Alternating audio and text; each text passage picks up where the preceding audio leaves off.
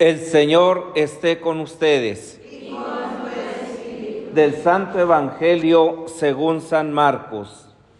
Gloria a ti, Señor. En aquel tiempo, los escribas que habían venido de Jerusalén decían acerca de Jesús: este hombre está poseído por Satanás, príncipe de los demonios, y por eso los echa fuera.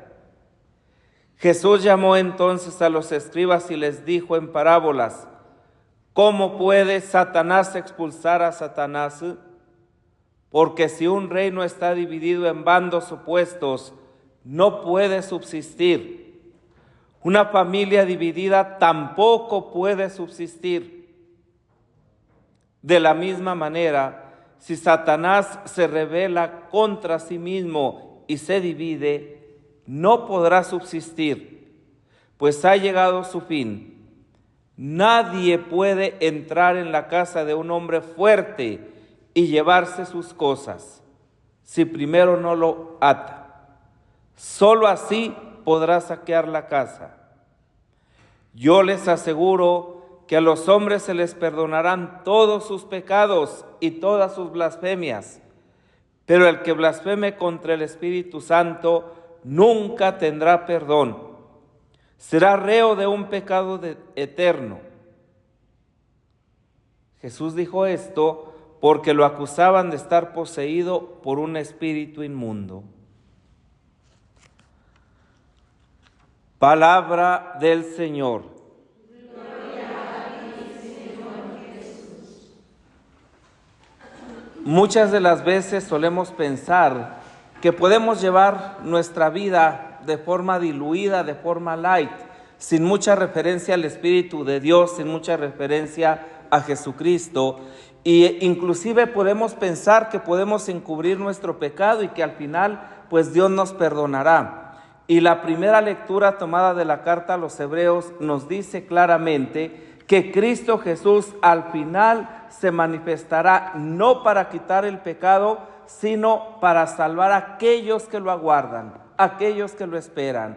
Y aquellos que lo esperan, aquellos que lo aguardan, son personas que viven siempre en referencia a Él. No son personas que están ensimismadas, no están personas que están obsesionadas en el pecado, no son personas que viven su vida alejada de Dios, sino personas que ya desde este mundo se descubren y se saben amadas y por lo tanto salvadas por Cristo Jesús.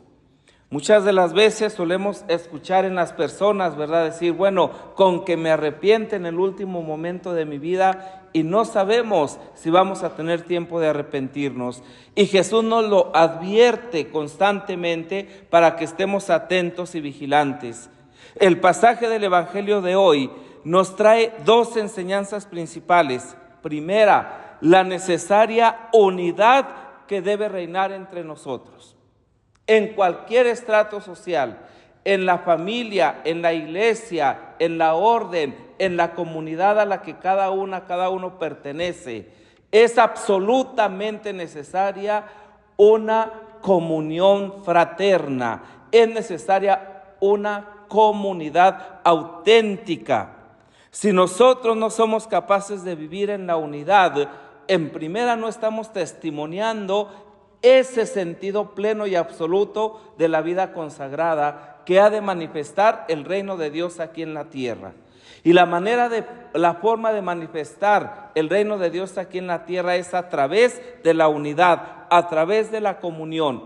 ¿Por qué? Porque la vida consagrada tiene sentido desde la imagen de la Santísima Trinidad, donde hay una unidad perfecta, donde ninguna de las tres personas se voltea a ver a sí misma y actúa de manera egoísta, sino que siempre están proyectando el amor interno de las tres. Esto es algo esencial, porque muchas de las veces, y todos lo sabemos, que en nuestras comunidades no siempre hay esta comunión, no siempre hay esta unidad, y con mucha frecuencia nos encontramos grupitos afines, nos encontramos las amiguitas, los amiguitos, los que se llevan muy bien, ¿verdad? Los que empiezan a chismorrear, los que empiezan a hablar, los que empiezan a criticar, quien empieza a juzgar. Esto también sucede en los grupos apostólicos, esto también sucede en los ministerios. Y cuántas de las veces también en las mismas familias encontramos estas realidades. En el fondo subyace precisamente, ¿verdad?, una soberbia que nos hace incapaces de abrirnos al otro. Y la advertencia es clara. Y no pensemos que es simple y sencillamente una palabra que le sale a Jesús en un contexto concreto. No, todo reino dividido se va a la ruina. Y esto es auténticamente real. Y bueno, es bueno que volteemos a vernos hacia adentro y volteemos a ver nuestras comunidades, a ver cómo estamos en este tema y cuánto contribuyo yo a la comunión, a la unidad, a la verdad, a la vida de fraternidad auténticas. Y luego, pues la segunda enseñanza es precisamente la única referencia a Dios, la apertura a su amor, a su misericordia, a su fidelidad, a su perdón. Saber entender que no hay absolutamente ningún pecado, por grande, por malvado que éste sea, que Dios no pueda perdonar. Nunca, ni sumando todos los pecados del mundo entero y juntándolos en uno solo, nunca ese pecado podrá estar por encima de la misericordia de Dios. Esto nos da una libertad absoluta, hermanas, y nos da una libertad absoluta para no pecar, sino para vivir en la misericordia de Dios, para vivir en la fidelidad, para aceptar la oferta del Evangelio, que es comunión, que es fraternidad, que es paz, que es verdad, que es justicia. Y que entendamos que ciertamente Dios nos advierte contra las insidias del enemigo, contra las insidias del demonio, que siempre quiere meterse por ahí, ¿verdad?, hasta los recovecos del corazón. Y es de ahí de donde sale la blasfemia, y es de ahí de donde sale la falta de unidad, y es de ahí de donde sale la división, porque le damos cabida al mal, y entonces permitimos que él vaya actuando en nosotros. Hoy lo que le dicen a Jesús es terrible. Expulsa a Satanás con el poder de Satanás. ¿Cómo va a ser posible que un hombre que manifiesta la bondad, la ternura, la misericordia, la verdad de Dios, que un hombre que es capaz ciertamente de proyectar el reino de Dios, esté poseído por el espíritu del mal?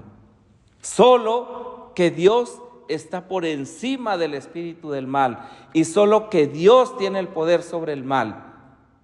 Y entonces, desde esta perspectiva, ¿verdad?, pues podemos entender cómo San Marcos recoge estas palabras fuertes del Señor.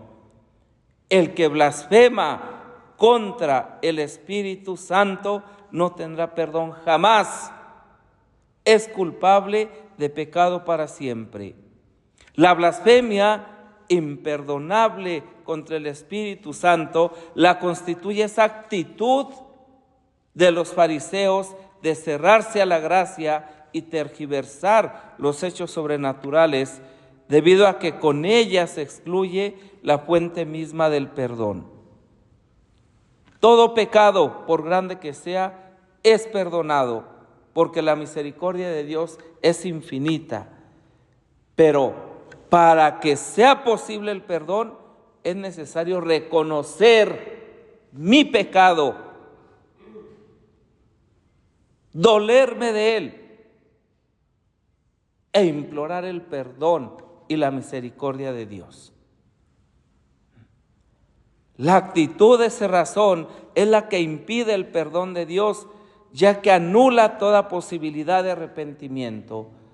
Cuando yo escondo mi pecado, cuando yo pienso que no tengo pecado, cuando yo digo que no tengo pecado, me estoy cerrando a la gracia de Dios, me estoy cerrando a la misericordia de Dios. Pidamos al Señor, por la intercesión de la Santísima Virgen María, que nos conceda la gracia de la unidad, de la comunión, de la vida auténticamente fraterna. donde no haya luchas internas, donde yo pueda decir lo mío vale más que lo del otro, o lo único que sirve es lo mío y del otro no sirve de nada. Y en segundo lugar, que seamos sensibles al Espíritu de Dios en nuestra vida, reconozcamos nuestro pecado y pidamos perdón.